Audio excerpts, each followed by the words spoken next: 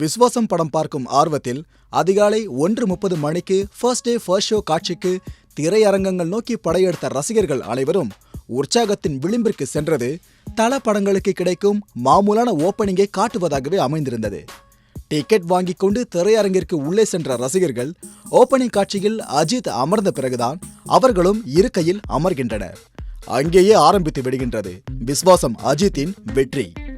அஜித் இதுவரை நடித்துள்ள படங்களில் உச்சரித்த வசனங்களை காட்டிலும் விஸ்வாசம் படத்தில்தான் அவர் புதுவிதமான டயலாக் டெலிவரி பாணியை பின்பற்றியுள்ளார். அஜித் இது போன்ற பாடி லாங்குவேஜுடன் இதற்கு முந்தைய படங்களில் நடித்ததே இல்லை என திரையரங்கிற்குள் பல ரசிகர்கள் முணுமுணுத்துக் கொண்டிருந்தனர்.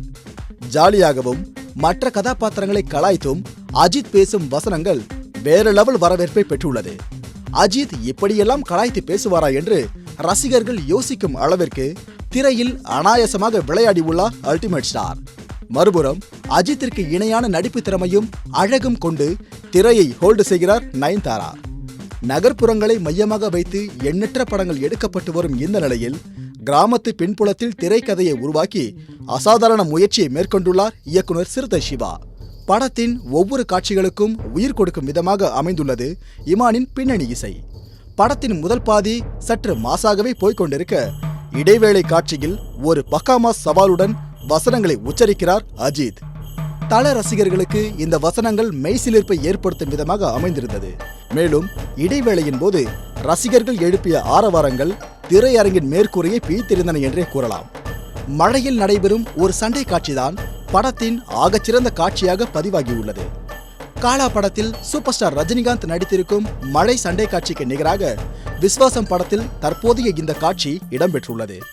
மொத்தத்தில் ஃபேமிலி என்டர்டெயின்மெண்ட் என்ற சிவாவின் வழக்கமான ஸ்டைல் பட்டியலில் இந்த படமும் இணைந்துள்ளது. இருந்தாலும் சிவா அஜித் கூட்டணியில் வெளிவந்துள்ள முந்தைய படங்களை காட்டிலும் இந்த படத்திற்கு மாஸ் ஓப்பனிங்கே கிடைத்துள்ளது. மேலும் விவேகம் படத்தில் அஜித்தை மாசாக காட்ட வேண்டும் என்பதற்காக இயக்குனர் சிவா மேற்கொண்டிருந்த அனைத்து ஓவர்சீன் காட்சிகளுக்கும் இந்த படத்தில் விளக்கு அளிக்கப்பட்டிருந்தது. செய்த தவறில் இருந்து பாடம் கற்றுக்கொள்ள வேண்டும் என்ற பாடத்தில் இயக்குனர் சிவா தற்போது வெற்றி பெற்றுள்ளார் என்றே கூறலாம். அஜித்தை திரையில் காண வேண்டுமென்ற ஆசையில் நீண்ட நாட்களாக காத்திருந்த ரசிகர்களுக்கு விஸ்வாசம் படம் ஒரு நல்ல வேட்டை. குடும்பத்தோடு பார்க்க வேண்டிய கொலமாஸ் படம்தான் இந்த விஸ்வாசம்.